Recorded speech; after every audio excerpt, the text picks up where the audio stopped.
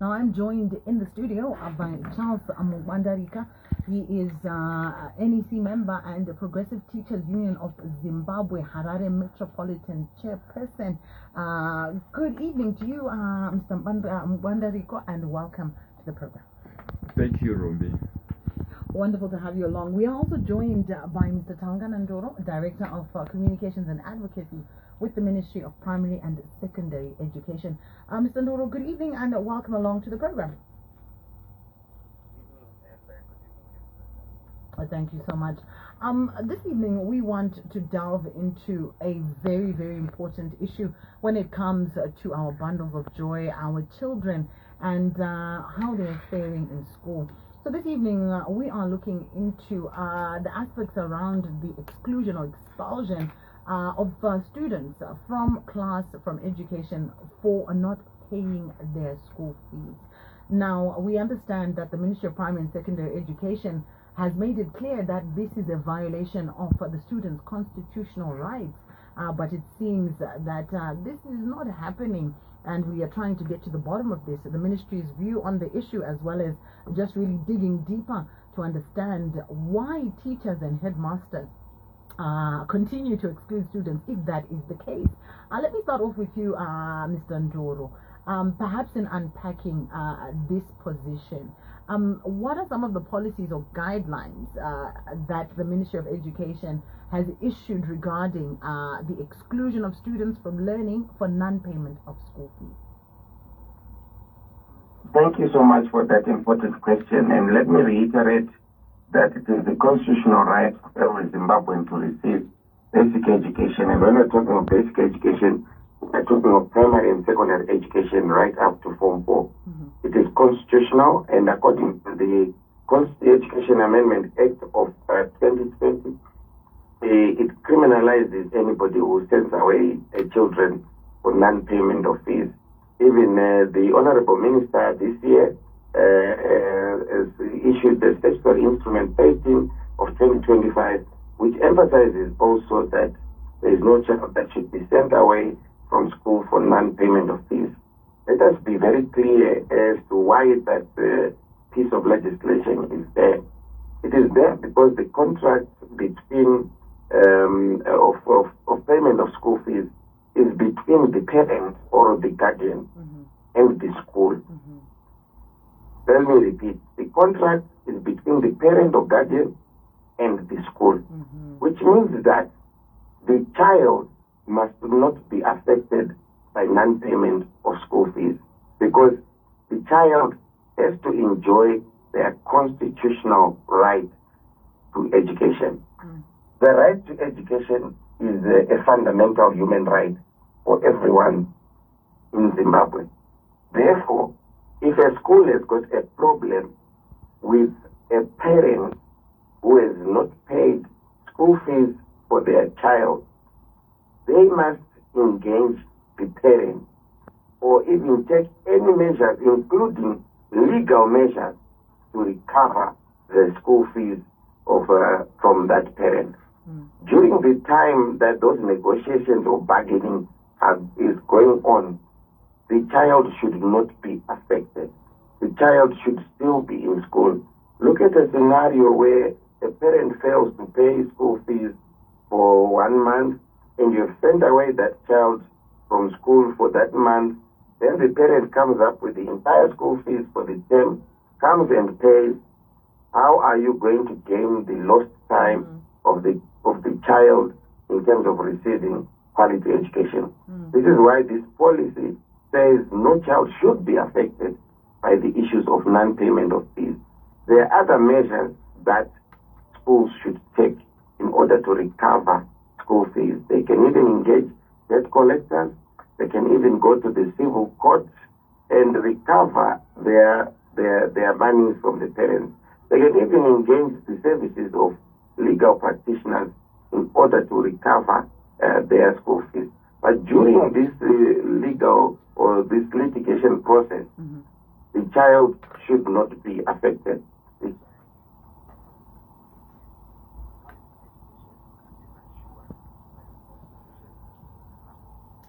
Thank you so much, Mr. Ndoro, for getting into so much detail around that policy. I want to come to you in the studio, Mr. Mwandarikwa. There are concerns that there are schools that are still excluding children. They might not send them home, but they'll put them in a hall or in a secluded place where they're not actually conducting their lessons. Let's talk about this, as well as the fact that, some schools are still excluding students on the basis of non-payment of fees. Okay, thank you for that question, Rombi. I would react by saying in government or public schools mostly, that kind of practice is not done. Most of our heads now adhere to the ministerial policy, but perhaps we may want to interrogate this issue by looking at what has caused us to get where we are right now. Because Section 75A of the Zimbabwean Constitution provides that every citizen and permanent resident of Zimbabwe has a right to basic state-funded education.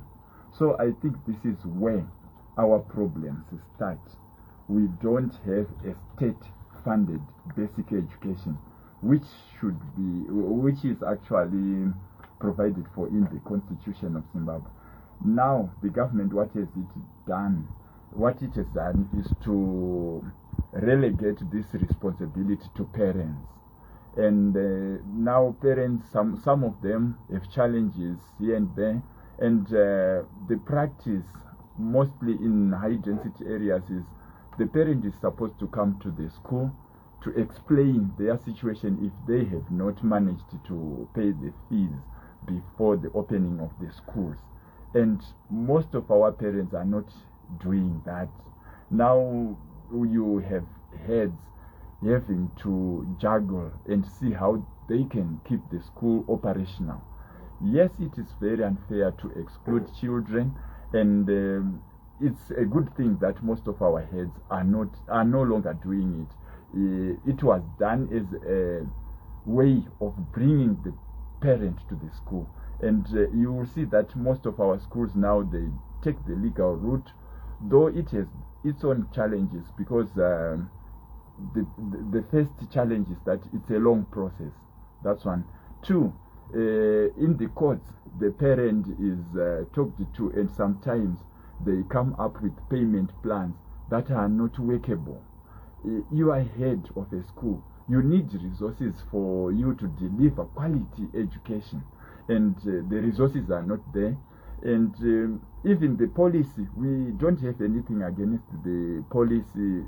We understand the rights of children, and we don't want to exclude them. But it is the way that that message is packaged by the ministry. It's like they are saying, I just sent them to school, whether you have paid or not. They should put the emphasis to parents that they have an obligation to pay the fees, so that the child is not going to school to just sit. They need resources, learning and teaching materials. They recently introduced heritage-based curriculum. It's capital intensive, and to expect heads and teachers to work wonders with nothing, I think that is that would be not very good. And I can go on to say the policy is made by policymakers, some of them who are in parliament, and if we are going to take a closer look at them, you will realize that some of them have private schools which are charging exorbitantly, and this lack of funding of public education, we see it is now taking us to a place where we are going to end up with some parents who are resourced, removing their children from these public schools which are not well funded, placing them in the private schools, because the private schools, if you don't pay, you cannot even get into the premises of the school. So there is a conflict of interest here. Is these the people who are coming up with these policies, are they genuine? Do they really want to save Zimbabwe, or they are creating a market for their private schools? Mr. Ndoro, maybe, just hearing your views on that, Avam makes, a few assertions there, particularly that, maybe sometimes the underfunding or under-resourcing of some public schools is intentional to drive students to private schools that are allegedly owned by policymakers. What do you make of that? So the root cause of some of these problems, where in schools struggle for resources because perhaps only 7% or 15% of the parents have paid the school fees. So this is where the challenge is. Because as part of our policy, which says don't send away children for non-payment of fees, the policy does not say there's no parents who should not pay school fees. The policy is very clear that the obligation for the payment of school fees rests with the parents. So what we need is a mindset change as Zimbabwean parents. And that mindset change has to adhere to the fact that if I do not pay school fees, my school is going to be under-resourced. The school that my child goes to is going to be under-resourced. And therefore, my child will not be able to receive the quality education. It goes back to the prioritization by parents. We have got parents who are seen day in, day out at the growth point, day in, day out at the shopping centers, enjoying themselves, enjoying life. But that parent has got an area at the school where his or her children attend. We have got parents that will go on excursions or parties for a whole weekend and spend a lot of money, but they have not paid their school fees, or they still owe the school. We have parents who have kitchen parties, we have parents who have bachelor's parties, we have parents who splash money so much on any other activities except payment of school fees to the school. This is where we have a crisis, particularly in our public schools, where we need a mindset change from parents, from Zimbabwean parents, to say it is my priority to pay school fees first. I may have to downsize or cut down on the expenses that I have been incurring in my home. If I was having breakfast with bacon and egg and various fruits and yogurt, I can cut down on my breakfast to be just bread without butter and tea without milk, so that my child's school fees is paid at the school, and therefore the school then provides quality education to my child. This is the philosophy that works with the non-governmental schools. The non-governmental schools, the parents there come together with a vision for the type of education that they want their children to provide. They come up with a budget, they agree on that budget, they send the budget to the ministry, it is approved by the permanent secretary, and every parent pays their school fees. Go to all the non-governmental schools. You will see that adherence of school fees compliance is above 95%. The 5% which may be struggling to pay fees may be because circumstances have changed. They were probably retrenched or something happened, they were involved in an accident and they are no longer going to work.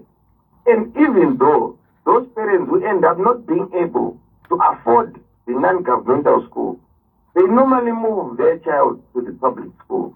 And those are the parents who continue to pay fees, but there will be just 15% or 10% of the parents who will pay fees, whilst the rest are not paying fees. We have got situations where a parent gets to the results for grade 7 are out. They are looking for a place for Form 1. They get to the school, they get the Form 1 place, then they pay all the fees and buy all the uniforms for Form 1. and then they disappear. The next time they appear to pay at the school is when they are paying for the ZIMSEC examination fees when the child is now in Form 4.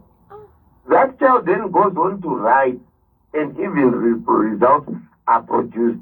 But when you look back, the arrears of that parent range from second term in Form 1 right up to Form 4. What sort of a society are we breeding if we've got parents like that? If we've got SDCs that do not call to order these truant parents who do not pay and yet they can afford. You'll be shocked, some of the parents that we find within our schools, the lifestyles they live, the amount of assets that they have, the cars that they drive, the areas in which they live in, and they are not paying school fees to a public school. So it is our clarion call as the Ministry of Primary and Secondary Education that to do away with all this back and forth of children being sent away from school for non-payment of fees and so on and so forth. A parent should just know that it is their obligation to go and pay school fees. It's man enough to have a child. A father should be man enough to pay school fees for that child. When a mother is woman enough to have a child, a mother should be woman enough to pay school fees for their child. It is common cause. We do not understand those parents who bring their child for ECDA and pay fees for the first term, and for the next 9 years, up until the child writes grade 7, they have not visited the school, they have not attended a single annual general meeting, they have not contributed anything. Do not even know who the teacher of their child is. They are unaware who is the head of the school or what is happening in that school. And there is no funds at all that they've given to that school, except to come when the child is about to write grade 7 and to pay for the ZIMSEC examination fees. Yeah. I think, saying a bit is even understating it. I'm in shock that there are parents doing this. And you are right, it's the clarion call, please prioritize paying fees for your children. But coming back into the studio, I'm just imagining that a situation like that, what happens to the teachers and the teachers' welfare? I'm wondering. I think we need to still go back to the basics. Like I said earlier on, basic education should be state funded. Government should make resources available so that schools can function properly. Yes, I agree with Mr. Ndoro that our parents, some of our parents, they need a total mindset change, because if we are to closely look at them, this is the generation of parents whose parents were struggling to pay fees for them, vaberekerwa iri manzungu vachitengesa nzungu, so that we ended up in school and to achieve. We are now the parents, and the obligation or the onus is now upon us to pay for our own children. But you find us stampeding for our child to be placed on BEAM, a government program again, which also has its own problems.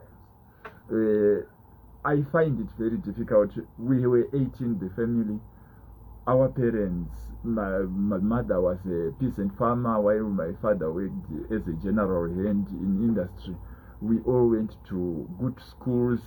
My parents never failed, and they actually refused if anybody suggested that we be placed on some kind of assistance, because they didn't want to be seen as failures.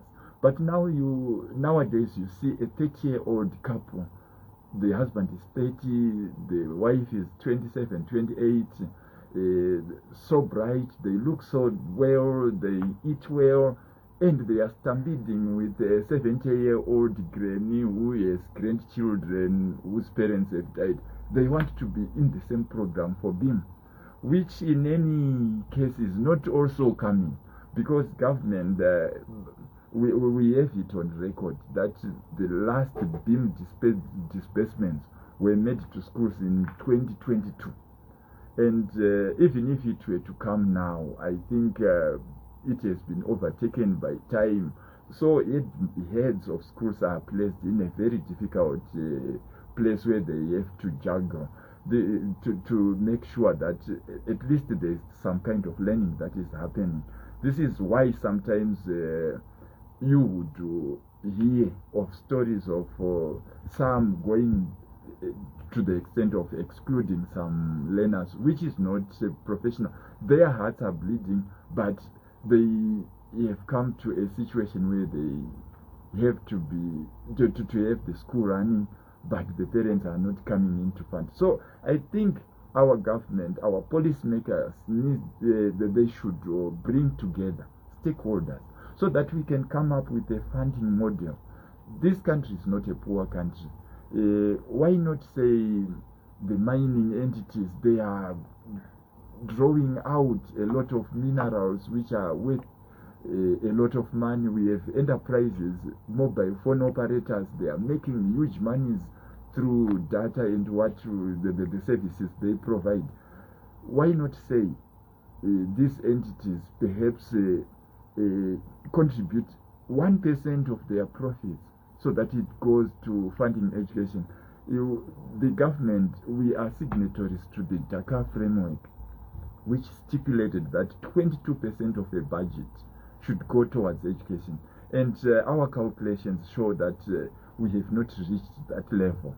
And as if that is not enough, at the moment morale is at the lowest ebb.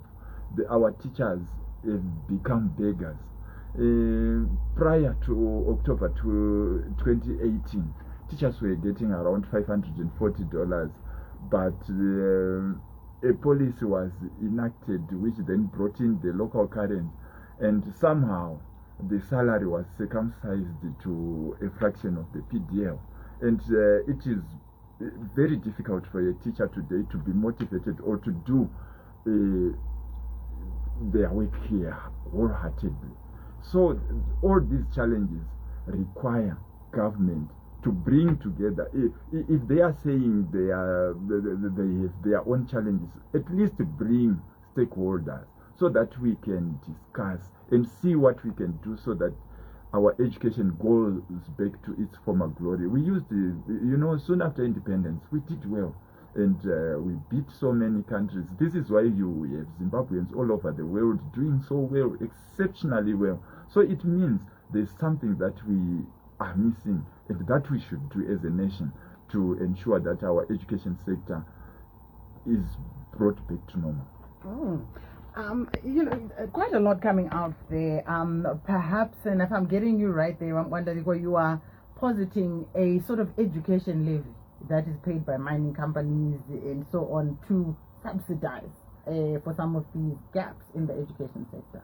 Yes, why not? Because these are the resources. This is why we are talking about a heritage-based curriculum. The resources, our heritage. It's not wrong to use whatever we get from them to ensure that we capacitate the coming generations. I think we owe it to them. The companies that are taking the minerals, the companies that are making huge profits, that's giving back to the community. They want a better society for their services and products anyway. Oh. Yes. Coming to you, Mr. Ndoro, is that something that is feasible? Is that something that could be applied or put into effect? I heard a few issues about the basic education assistance model, BEAM, its inadequacies, and the general lack of resources for the education sector. Is that a good way or a feasible way to actually start to garner resources to capacitate the teachers within the education sector? Yes, thank you. We do have quite a cocktail of strategies. Amongst them, the strategy that my brother, Mr. Mbwandarikwa, has talked about, the levies. I wouldn't want to preempt much on a bill that is being worked on by the Parliamentary Portfolio Committee on Primary and Secondary Education, which is at a very advanced stage in terms of coming up with an education financing trust that will look at all those issues, not necessarily looking at levies to mining, but there's some sort of levies to ensure that our education is well-resourced and well-funded. Secondly, we recently launched the school financing policy as the Ministry of Primary and Secondary Education, and we have been going around the country having consultations about the school financing policy. One of the enactments of the school financing policy emanates from the Cabinet Resolution of 2021, where Cabinet said schools are allowed to enter into commercial ventures or to become commercial ventures as a school. And this has seen quite a number of our schools becoming self-sufficient. We've got schools such as Mavudzi in Nyasura. It's a school that has got vast projects that minimize the school fees that are paid at that school. In fact, you will notice that if you go to schools like Mavudzi, Mount Melari, these schools have maintained their school fees at the bare minimum for years without asking any parents to contribute more or to ask for an adjustment in the school fees structure by increasing the fees. And the reason is because these schools have become commercial ventures. At Mavudzi, you will find that they've got almost 500 hectares of tobacco which they grow. They've got center pivots, they've got everything. And the part of that project, our pupils are also going to learn how to grow and maintain tobacco, how to drive tractors, and also how to master using the center pivot. At the school, they've got a bakery. They grow wheat, and that wheat they make flour, and then they bake their own bread and their own buns at their school, which buns and bread is given during tea time at the school, some at 10 in the morning and it's around 3, 4 o'clock in the afternoon. You've got other schools like Mount Melari in Nyanga, which has got vast projects in terms of broilers, road runners, rabbits, vegetables, tomatoes, onions. They've got wheat, they've got maize, they've got cattle for beef, cattle for milk. And whatever they eat at that boarding school, it's actually a primary school boarding school, they grow at their own school. The only things that they buy is salt, because everything else they manufacture. They grow sunflowers, they press cooking oil. They've got tomatoes, they've got relish, they've got meat, they've got wheat for bread, they've got everything. Because they've become a commercial venture under the heritage-based curriculum, which is making sure that we are not only having a commercial venture, but we're having our pupils go to those fields to learn how to grow it, learn how to maintain beef cattle or milk cattle. So we have gone miles in terms of making sure that our education sector is resourced. And once the school financing policy is there, it's going to enhance with a number of other strategies to make sure that each and every one of our schools is well resourced. It all then comes back to the issues of leadership. And when I'm talking of leadership, I'm talking of the school head and his administration, which is the deputy head, the senior master, the TIC, and so on and so forth, at him, including the school development committee, chairperson, vice chair, treasurer, secretary general. If you have a very vibrant leadership at a school, you find that these things are not a fiction. These things can actually happen. We've got schools right now that are offering driving lessons. We've got schools in Blue, for instance, at St. Columbus, where girls are becoming engineers and mechanics. A girl child in Form 3 can tear apart a car engine and put it back together again. And we've got schools that have now become garages where the community takes their cars to the schools for servicing. And you find girl child Form 2, Form 3 servicing those vehicles. We've got primary schools where they are doing metal technology and wood technology in Kadoma over there. It's impressive what is happening in some of our champion schools. And the reason why that is so is because of the leadership.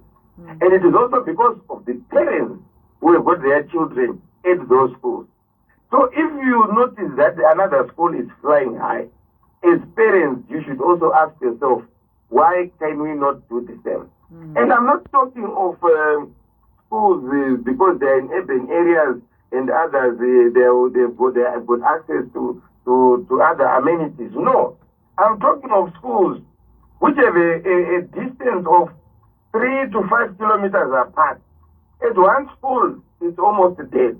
At the other, it's vibrant, and the parents are stampeding to get their children into that school. And then there's another school 3 kilometers down the road, but there is no parent willing to take their child there. We're talking of leadership. And leadership will make sure that we've got resources in the education sector. Leadership will make sure that we are able to transform ourselves.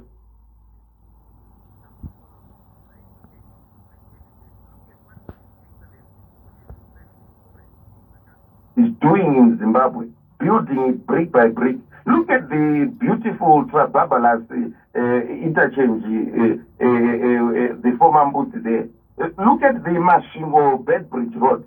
It's a question of leadership. For you to get such results, there is a leader at the helm with a very clear vision of where they want to take a school to, which level they want to bring that school to. Thank you so much. Quite impressive. You know, I thought for a moment there maybe you also went to school in Nyanga. Examples in Nyanga, Mr. Ndoro. But as you say, it's good work happening out there, and definitely something for other schools to aspire to. Your quick comment to that or reaction? He's saying it comes down to the leadership at the school,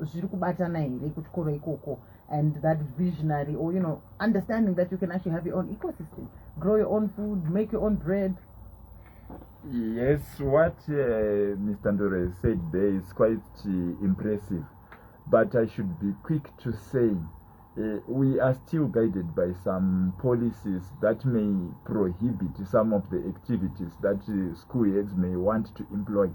Currently, if I give you an example of Harare, we have so many heads who have been suspended because they are said to have crossed the line somewhere in trying to come up with this dynamic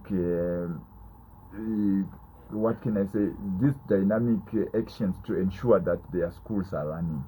Sometimes they then cross the line, so the government has to come up with a clear-cut policy on activities that they can embark on. We have had schools that had started sewing uniforms, and now there's a policy which is saying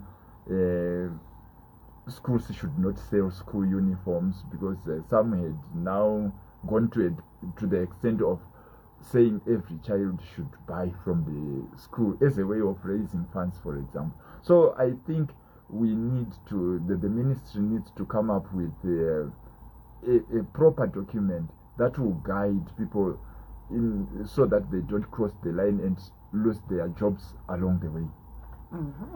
Ndoro, is that something that could be looked into, a clear set of guidelines, even when it comes to turning schools into commercial ventures, what schools can engage in and what they cannot engage in?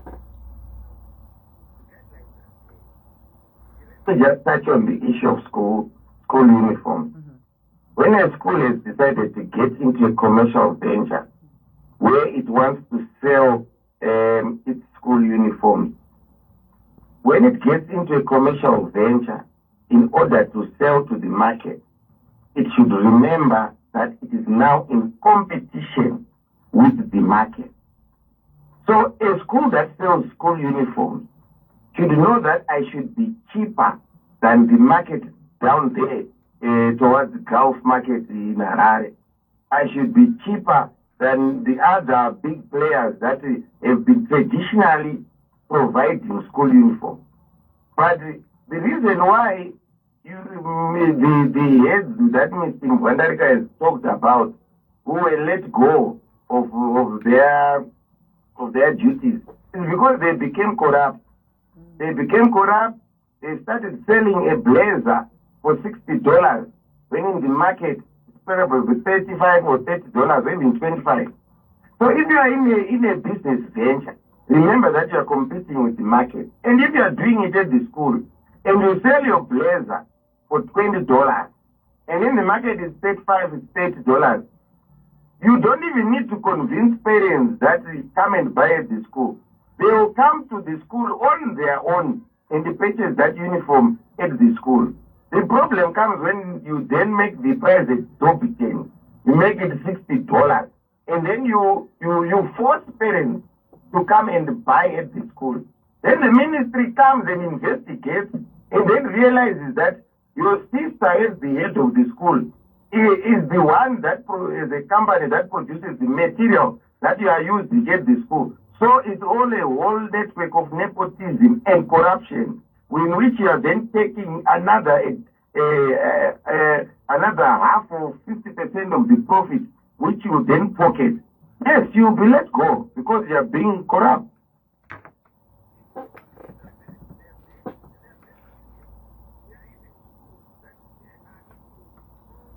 Piggery, and they sell their meat, their beds in poultry to the market, and the market only comes to those schools because the pork is cheaper at the school, because the chickens are cheaper at the school than at the growth point. So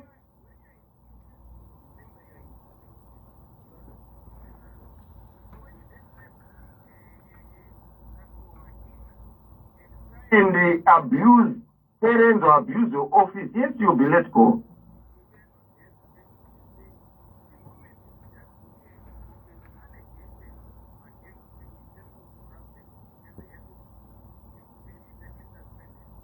So a zero tolerance on corruption there. Thank you so much. Our time, unfortunately, has